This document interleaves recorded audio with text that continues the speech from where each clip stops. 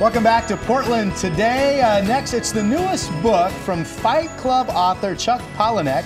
The Portland-based author has a new book just in time for the holidays. Legacy follows aspiring immortals, an amoral banker and his family, and a stalker. It's also a coloring book, which is super cool. And he is joining us live here in the studio today to talk about it. First off, welcome. And of course, you're home. We don't have to welcome you to Portland. This is home. But what a career you have had. Starting off being a J school grad from the U of O to the Fight Club movie, authoring that story that became a movie. And now we're doing the coolest coloring book I think I've ever seen. Welcome. Thank you. And it's never let a Christmas go by without having a product on the market. So that's good advice. The Palahniuk way. Huh? So Legacy, how did it come about? I mean, Rod gave a brief description, mentioned it's also a coloring book, but the story itself, where did that come from? You know, I did Fight Club 2 as a graphic novel with Dark Horse in Milwaukee, and it was so much fun that I cannot let a year go by without wanting to do a project with artists, with young people. And so a coloring book just seemed like a perfect way to work with artists, to work with Dark Horse, to work with Scott Alley, and have a lot of fun. So age group for this book, your intended audience. It's an adult. Adults who like to color. Yeah, there's a lot of adults who like to color. Can you give us a synopsis of the story? You know, it's basically a retelling of how the Buddha achieved enlightenment. Instead of sitting under the Bodhi tree, we have this kind of wastrel character. The tree is tiny in this case. It's a tiny bonsai tree.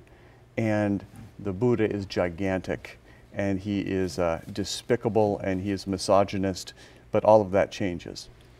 You joke, Chuck, about having a product come out on the market every holiday season, but really I get the feeling your work never stops. I mean, is your mind always churning with the next story idea? With the terror instilled in me by Bob Mall, who used to run 23rd Avenue Books in Northwest, when I first published, Bob took me aside, this old man with this walrus mustache, and he said, "Kid, if you want to make a career out of this, you don't let 18 months go by without a new book, because then people forget your name." Well, that's probably good advice, but it's my goodness, terrifying. That's nonstop. It's terrifying. Wow. Well, we all go back to Fight Club. Was that the defining moment in your career, or do you say it was in a different place?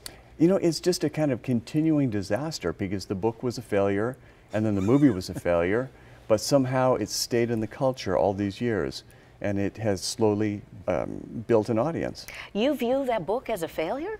Oh, it didn't sell 5,000 copies in hardcover initially.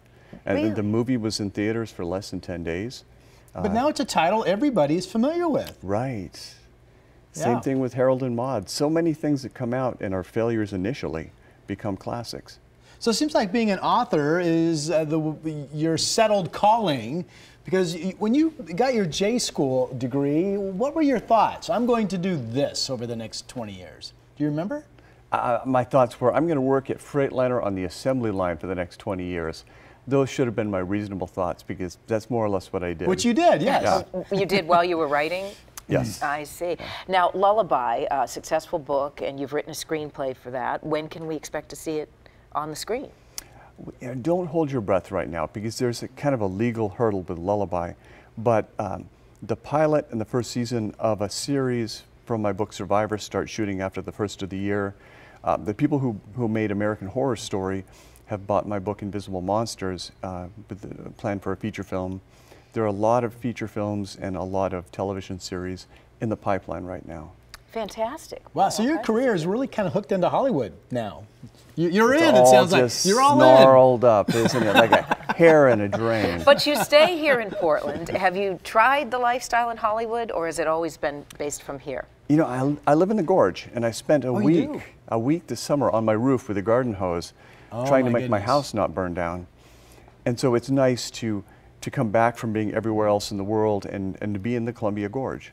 Wow. And how did you do with that garden hose? House saved? I did great, but my smoke detectors went off every night for a week. Oh, but you stayed put. Yeah. You didn't leave. What is your take on the Gorge now? We're all so concerned about visitors coming in from out of town. We all want to take our family to the falls and beyond. And what do you say in terms of the impact the fire had there? You know, it had gotten so dry and so dense that it seemed inevitable. And I think it's going to be inevitable in different parts of the gorge for years to come. So it didn't surprise anyone who actually lives there. Wow. Well, we thank you so much for coming by, and all the best with the new book, Legacy. Thank you. Great story and coloring book as well. Yeah. Hey, a little bit more music now. Here comes Timothy James.